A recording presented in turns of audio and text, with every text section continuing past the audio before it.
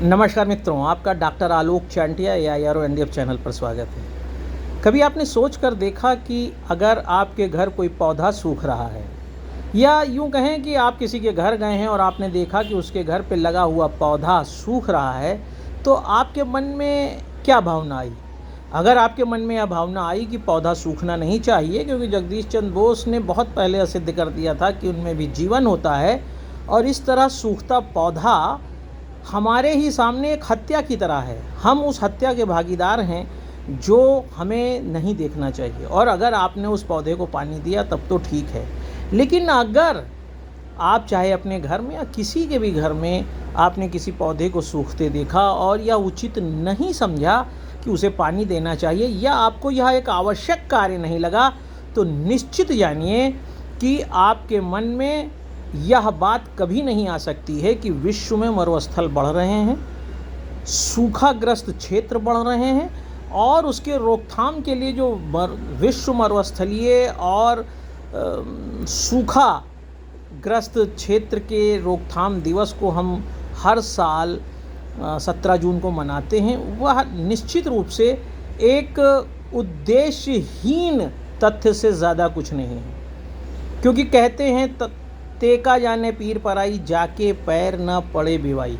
ये बात वह मरुस्थल में रहने वाला व्यक्ति समझ सकता है जिसने जाना ही नहीं कि पेड़ की छांव क्या होती है, जिसने जाना ही नहीं कि ठंडक क्या होती है। और इसीलिए एक ऐसे क्षेत्र में रहने वाला व्यक्ति जहाँ सदाबहार पेड़ लगे हैं, जहाँ पर मरुस्थल जैसी स्थिति नहीं है, निश्चित रूप से वह यह नहीं समझ पाता है कि उसके इस तरह के उपेक्षा के भाव के कारण पूरी दुनिया में जो 23 मरुस्थल हैं, उनकी संख्या तो नहीं बढ़ रही है, लेकिन उनके क्षेत्र बढ़ रहे हैं। आपको यह जानकर आश्चर्य होना चाहिए कि हम लोगों के इसी उद्देश्यहीन और उदासीनता के कारण सहारा जैसा मरुस्थल, जो कि विश्व का सबसे बड़ा मरुस्थल है, वह हर साल 7,600 वर्ग किलोमीटर बढ़ रहा है। अगर एशिया की बात करें तो जो गोबी मरुस्थल है वह 2250 वर्ग किलोमीटर प्रति वर्ष बढ़ रहा है। निश्चित रूप से इस तरह मरुस्थल का बढ़ना मानव द्वारा बनाई गई संस्कृति का ही परिणाम है। जिस तरह से यह मान लिया गया है कि वर्ष 2050 में पृथ्वी का तापमान 2 डिग्री सेंटीग्रेड तक बढ़ जाएगा और पृथ्वी पर पानी शेष ही नहीं बचेगा, उसमें हमको यह बात देखनी होगी कि क्या इस मरुस्थल को बनाने में या सूखाग्रस्त क्षेत्रों को बढ़ाने में हमारी बढ़ती जनसंख्या जिम्मेदार है, बढ़ती जनसंख्या की आवश्यकताएं जिम्मेदार हैं, या उस जनसंख्या के कारण प्रत्येक मानव शरीर में 70% जल होना इस बात का कारण हो रहा है कि हमारे शरीर में जितनी जनसंख्या बढ़ती जा रही है, पानी को उतना ज़्यादा 70% शरीर में रहना पड़ रहा है। और जब शरीर में पानी रहता जा रहा है तो दुनिया से पानी कम होगा। हार्डी बीनबर्ग लॉ जिन लोगों ने पढ़ा है वह यह जानते हैं कि हमेशा किसी भी व्यक्ति का उत्पाद, किसी भी चीज़ का, व्यक्ति का, स्थान का उत्पाद अपने गुणक में एक ही होगा। अगर आपके शरीर में कार्बन डाइऑक्साइड बढ़ रही है तो इसका मतलब है ऑक्सीजन घट रही है, अगर ऑक्सीजन बढ़ रही है इसका मतलब कार्बन डाइऑक्साइड घट रही है। ठीक इसी तरह से अगर आपके दुनिया में जनसंख्या बढ़ती चली जा रही है तो शरीर के 70% हिस्से में पानी है, तो वह पानी जब शरीर के रूप में संचित होता चला जा रहा है तो दुनिया से पानी ऐसे ही कम हो जाएगा। दूसरा, आप अपनी पानी की आवश्यकताओं के लिए ज़मीन से पानी निकालने का जो कार्य करने लगे हैं, उसने भी शहरों में भी आपके ही घर के नीचे एक बलवी प्रकृति का वातावरण तैयार कर दिया है। क्योंकि मिट्टी के 2 कणों के बीच जो अंतरावकाश होता है, जो पानी से भरा होता है, वो पानी तो आप अपने घरों में बोरिंग के कारण खींच ले रहे हैं, और आप जान ही नहीं पा रहे हैं कि आपके इस कार्य से भी पृथ्वी के नीचे का पानी खत्म हो रहा है, सूखा बढ़ रहा है, और यही नहीं, अंत में वह मरुस्थल के रूप में हमारे सामने होता है।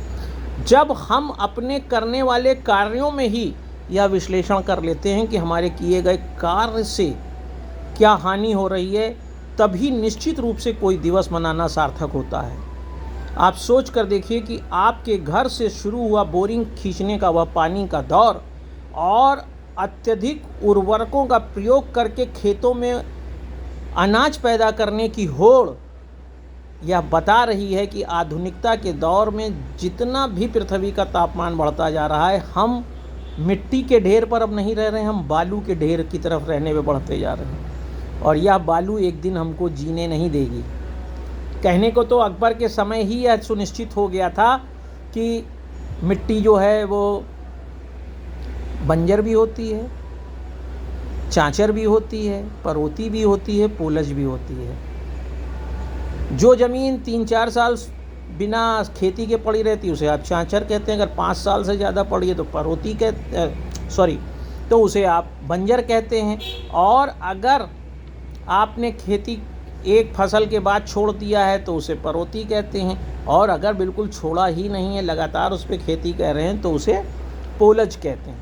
आपको देखना ही क्या है कि आप ज़मीन का उपयोग कैसे कर रहे हैं, और इस ज़मीन के उपयोग में अपनी सहभागिता के आधार पर आप समझ सकते हैं कि विश्व मरुस्थलीय दिवस हो, चाहे सूखाग्रस्त क्षेत्र हो, उसकी रोकथाम के लिए आपने अपने को कितना चेतनाशील बनाया। बात तो हम सस्टेनेबल डेवलपमेंट की करते हैं, सतत विकास की करते हैं, लेकिन आपके उदासीन होने के कारण आने वाली पीढ़ी, और आने वाली पीढ़ी का मतलब आपका ही पुत्र और पुत्र के बाद का पुत्र, हो सकता है बिना पानी के इस पृथ्वी पर रह ही ना पाए। हो सकता है यह तरल हीरा उसके जीवन जीने की सारी आशाएं खत्म कर दें। तो सबसे पहले किसी दिवस को मनाने से पहले आप सोचिए कि आप कहाँ खड़े हैं और आप क्या कर रहे हैं, तभी यह दिवस मनाना सार्थक होगा। जनसंख्या घटाने की ज़रूरत है, ज़्यादा से ज़्यादा पेड़ लगाने की ज़रूरत है, उर्वरकों का प्रयोग कम करिए,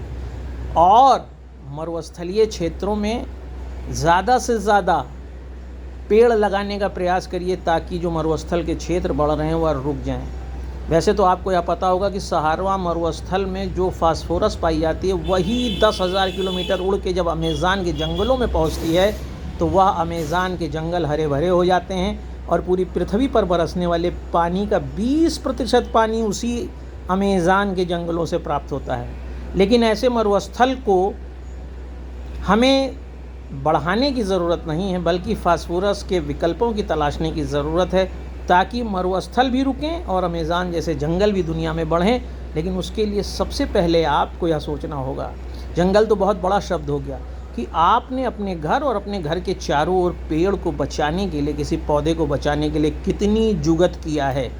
आपने पानी का उपयोग कितना कम किया है, आपने अपनी आवश्यकता अनुसार पानी का प्रयोग किया है कि नहीं किया। नहाने, कपड़ा धोने, घर को धोने, कार को धोने में आपने कितना पानी बर्बाद किया है। जिस दिन आप इसके लिए संवेदनशील होंगे,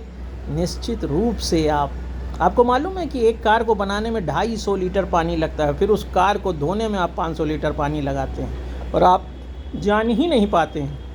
कि कानपुर जैसे शहर में करीब 45 करोड़ लीटर सीवेज गंगा नदी में मिलता है, और केवल हम 16 करोड़ सीवेज लीटर पानी को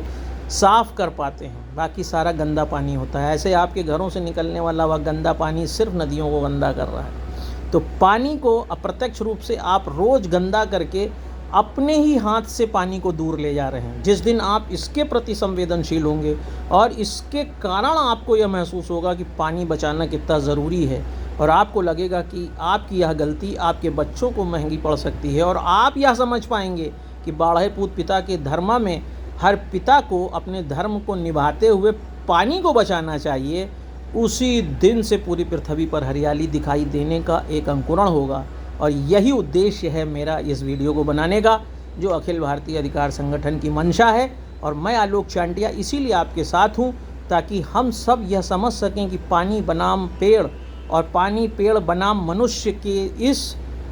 सिस्टम में क्या कारण है कि हम ही भस्मासुर बन के पूरी पृथ्वी को मरुस्थल बना रहे हैं। अगर आपको यह बात समझ में आती तो इसे दूर तक ले जाइए। हो सकता है कि यही बात आपको प्रभावित कर जाए और पृथ्वी एक बार फिर से लहलहा उठे, मरुस्थल घटने लगें और सूखाग्रस्त क्षेत्र फिर से पानी से लबलबा उठें। नमस्कार।